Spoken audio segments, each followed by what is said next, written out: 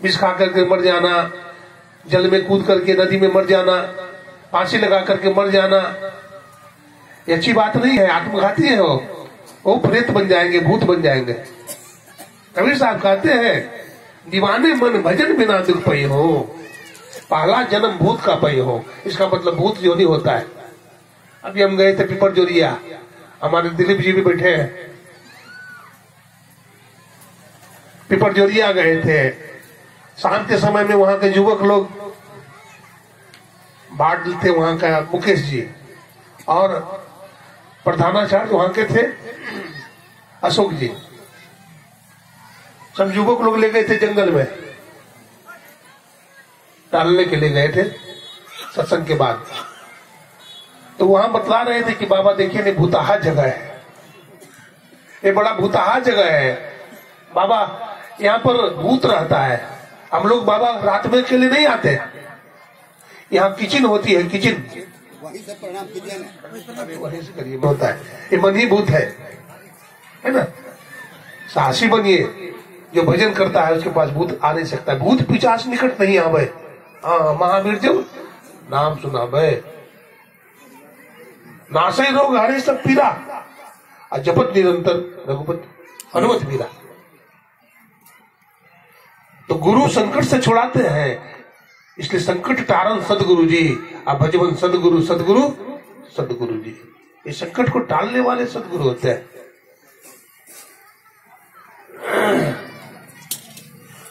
तो सुन रहे थे आप, हमारे युवक लोग जो परीक्षा की तैयारी कर रहे हैं, कंपटीशन की तैयारी करते हैं, बालिकाएं हैं ये भी कर रही है, मेहनत कर रहे हैं और उदास हो जाते हैं। उदास नहीं होना चाहिए। आप में बहुत बल है, वो अपने को कमजोर समझ रहे हैं।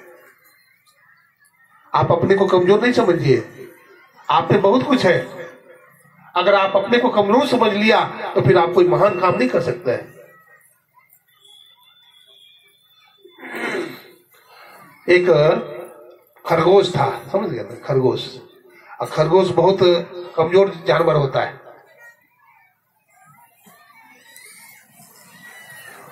कुत्ता खदेड़े तो कुत्ता के डर से भाग जाता है, बिल्ली खदेड़े तो खरगोश भागता है, आदमी के डर से भागता है, किसी भी जंगली जानवर को देख करके भागता है। बड़ा कमजोर जानवर होता है खरगोश। तो खरगोश ने सोचा, हे प्रभु परमात्मा, आपने हमारा साथ बड़ा जुल्म किया है, बड़ा अन्याय किया, दुनिया में सबसे कमजोर हमको बना दिया। अब मैं प्राण दे दूंगा, प्राण त्याग दूंगा। खरगोश ने झाड़ी में लेटा लेटा विचार कर लिया, कल मैं तालाब में छलांग मार दूंगा, डूबकर मर जाऊंगा। सुबह हुआ, वो खरगोश झाड़ी से निकला, तेजी से दौड़ता हुआ तालाब के पास गया। और तालाब के पास किनारे में कौन रहता है जानते हैं? मेढक। बहुत सारे मेढक बैठे हुए थे और खरगोश के डर से चपा चप पानी में कूदने लगा। खरगोश बोलता है अब हम नहीं मरेंगे। खरगोश पूछता क्यों नहीं मरेगा? उन्होंने कहा मैं तो समझाता दुनिया में सबसे कमजोर परमात्मा ने हमको बनाया है, लेकिन हमारे डर से टूट डर रहा है, इसलिए तुमको और भी कमजोर बनाया है। मैं नहीं मरूंगा, मैं नहीं मरूंगा। अपने आप को, मेरे जीव को, बालिकाओं, अपने को कमजोर मत समझो। तुम बहुत बलवान हो और तुम्हारे द्वारा बड़ा बड़ा काम भी संभव है। अरे परमात्मा की प्राप्ति भी संभव है। न रहो न निराश करो मन को, कुछ काम करो, कुछ काम करो, जग में रहकर कुछ नाम करो। यह जन्म हुआ किस अर्थ हो, समझो जिसमें यह व्यर्थ न हो। कुछ तो उपयुक्त करो तन को, न रहो न निराश करो मन को। कुछ काम करो, कुछ काम करो, जग में रहकर कुछ नाम करो। इस गौरव के तुम योग्य नहीं, कब कौन तुम्हें सुख भोग्य नहीं। तुम जन्मी हो जगदीश्वर के, न रहो न निराश करो मन को। कुछ काम करो, कुछ काम करो, जग में रहकर कुछ नाम करो। प्रभु ने तुमको कर दान किए, मन वांछित वास्तु विधान किए। तुम प्राप्त करो उसको न हो, तो कहो किसका है दोष अहो। किसका दोष है? अपना दोष है। भाग्य कुछ नहीं होता, कर्म करो। कर्म का दूसरा रूप भाग्य होता है। आप कर्म नहीं करेंगे तो भाग्य क्या बनेगा? बोया पेड़ बबूल का तो आम कहां से खाए? पूरी जिंदगी बबूल बोते रहे तो आम का फल फलेगा उसमें? नहीं फल सकता है। अच्छा कर्म करिए, आपका भाग्य अच्छा बनेगा। अच्छा चिंतन करिए, अच्छा सोचिए। ये मानव का शरीर हमें मिला हुआ है। और ये भी सुन रहे थे कि सदगुरु पार करते हैं। मोती बाबा का नाम सुने? हमारे मोती बाबा थे। मोती बाबा जाते थे जंगल में, गंगा के उस पार में घास काटने के लिए। अब घास काट करके मोती बाबा नाव पर रख करके, 2-4 जने थे, नाव चलाने लगे। अब नाव तो वहां से आगे बढ़ी। अब बीच जब धीरा में गया तो पानी कुछ कम है और घास के लोट से दब गया वो। अब नाव आगे बढ़े नहीं, खिसके नहीं। अब मोती बाबा घबरा रहे हैं, हे गुरु महाराज नाव डूब जाएगा। नाव तो फंस गया मझधार में। 2-3 नीचे उतर कर धक्का भी मारते हैं लेकिन नाव आगे टस से मस नहीं होता। गुरु महाराज का नाम जप रहे, ध्यान करने लगे, हे गुरुदेव पार कीजिए। इतने में अचानक गंगा का जो तरंग आया, लहर आई और नाव को ढकेलते हुए आगे बढ़ गया। जब आगे बढ़ गया ना, पार हो गए। 11 की रात्रि के 11 बज गए। मोती बाबा पहुंचते हैं आश्रम में। धन्य है गुरु महाराज, आज तो मर ही गए होते, आज तो डूब ही गए होते। गुरु महाराज को प्रणाम करने के लिए गए तो गुरु महाराज लेटे हुए थे। देखते हैं पीठ छिला हुआ है, लहूलुहान है। गुरुदेव ये क्या हुआ? गुरुदेव ये पीठ कैसे छिल गया? गुरु महाराज कहते हैं, बेटा तूने मुझे नहीं बुलाया था क्या? भूल गए? तूने मुझे बुलाया था और तुम्हारे नाव को निकालने में मुझे नाव के नीचे जाना पड़ा, अपने पीठ से धक्का मारना पड़ा और वही हमारा पीठ छिल गया। सदगुरु बेड़ा पार लगा देंगे, लेकिन कब बेड़ा पार लगाएंगे? आप भी ध्यान करिए, पुरुषार्थ कीजिए। दृष्टि साधन और नादानुसंधान 2 कठिन चीज है, उस पर थोड़ा सा बोलेंगे। बोलिए प्रेम से श्री सदगुरु हमारे पूज्यपाद गंगाधर स्वामी गंगेश्वरानंद जी महाराज का क्षेत्र है कर्म क्षेत्र। उन्होंने बहुत प्रचार किया है और गुरु महाराजों को बहुत मानते थे। उनके पोता साहब देखिए यहाँ विराजमान, इनका भी प्रवचन बड़ा दिव्य होता है।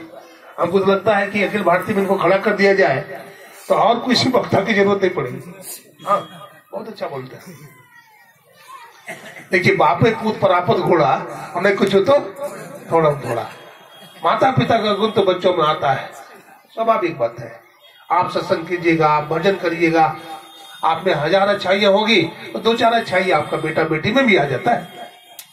इसलिए अपने को अच्छा बनाना है, अपने को अच्छा बनाना है।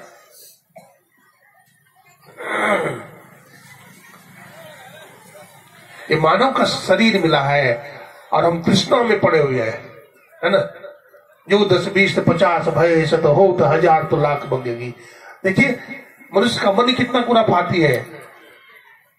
किसी को रोटी नहीं मिल रहा है, रोटी मिल जाए तो बढ़िया घर बन जाए, बढ़िया घर बन जाए तो गाड़ी बढ़िया हो जाए, तो बढ़िया गाड़ी हो जाए तो एसी घर में लग जाए, तो विदेश में कारोबार चलने लगे। आदमी की बहुत तृष्णा है और ये तृष्णा के कारण ही दुख पैदा होता है। मैं एक उदाहरण देता हूं। एक किसी घर का मेहमान हुआ, किसी किसान का मेहमान हुआ, बातचीत हुई, रात में भोजन भी किया, विश्राम किया। जब वो अतिथि जाने लगा तो कहा, देखो भाई आप क्या काम करते हो? बोला मैं खेती करता हूँ। खेती? तो खेती करके क्या करेगा? सब दिन भी बंगा बना रहेगा। तो क्या करूं? बोला खेत पथारी बेच दो। तो बेच करके क्या करूंगा? साइबेरिया चले जाओ, साइबेरिया कनाडा में, और वहां बहुत सस्ती जमीन मिलती है और जमीन बहुत ही उपजाऊ है, मालूमान हो जाओगे। बात जच गई। उन्होंने सब जमीन बेच दिया और साइबेरिया पहुंच गया। जब साइबेरिया पहुंच गया तो पूछा, भाई मैं यहाँ जमीन खरीदने के लिए आया हूं। तो राजा साहब भी थे वो। बोला ठीक है, मैं यहाँ का राजा हूं, तुम्हें कितना जमीन चाहिए? बोला हमारे पास 40 लाख रुपया है। तो कहा कि देखो एक शर्त है। बोला क्या?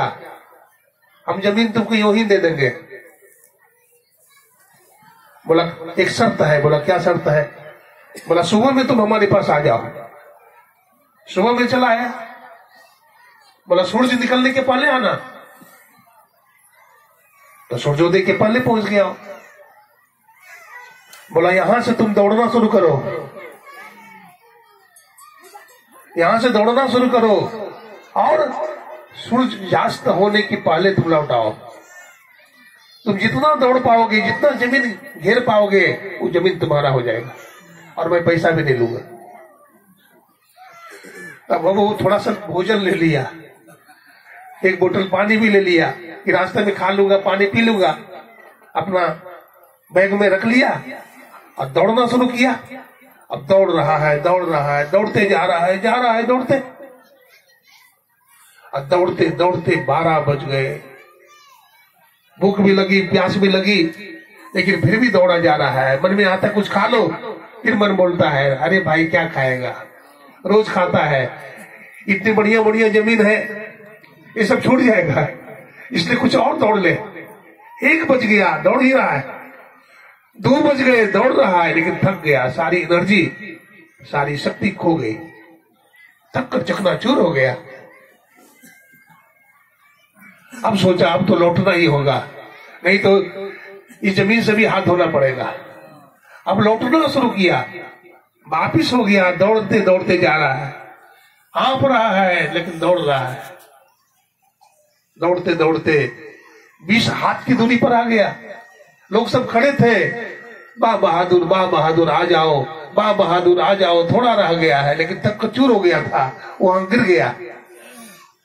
बोला खड़े हो जाओ, दौड़ो, अब सूरज भगवान अस्त होने वाले हैं।